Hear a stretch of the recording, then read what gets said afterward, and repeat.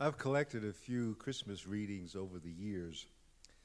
And so I went through my files upon files upon files, and I just kept coming back to this one. It's an old classic, and I mark when the last time I used a reading for Jazz Vespers, and this one says I used it last in 1993. So if you remember it, please forgive me. But it's it's one of these classics that really, regardless how many times you hear it, it always seems to breathe new meaning and new inspiration and new fun. It's by my dear friend, Robert Fulghum. It's called the Cuckoo Clock. And he starts out by saying, always wanted one of those. A baroque German job with all kinds of curved foobaz and a little bird that leaps out once an hour and hollers an existential comment about life. So I got one for my best friend, who also happens to be my wife and who lives in the same house with me. See, the way this deal works is that she never likes what I give her for Christmas anyway, and I always end up with it. So I figure I might as well give her something I wanted in the first place. She gets the thought, I get the gift. Oh, I know it's wicked, but yeah, it's practical. It's practical. I wanted an antique, an authentic antique, but they cost a bundle. And this store had new ones, overstock, special price, hot deal, so I bought one.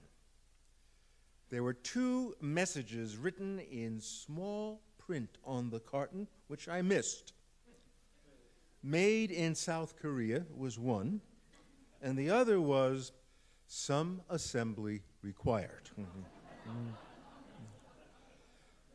The carton produced 5 plastic bags of miscellaneous parts and an ersatz Bavarian alpine goat herd hut marked genuine simulated wood. I put it all together with no parts left over, thank you, and hung it on the wall. It ticked and tocked in a comforting way. The hour struck. The little door opened. The little bird did not come out. But from deep in its hole came a muffled cuckoo, cuckoo, cuckoo, which was disconcerting since the clock said noon.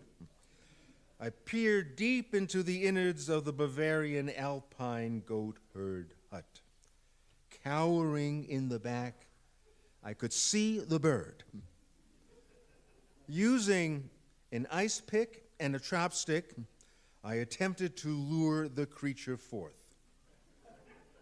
Reset the clock to noon. The hour struck. The door was flung open. No bird. Out of the darkness at the back of the hut came Kool, but no Kool. Applying the principle of if it won't move, force it. I resorted to a rubber mallet and a coat hanger, followed by shaking vigorously.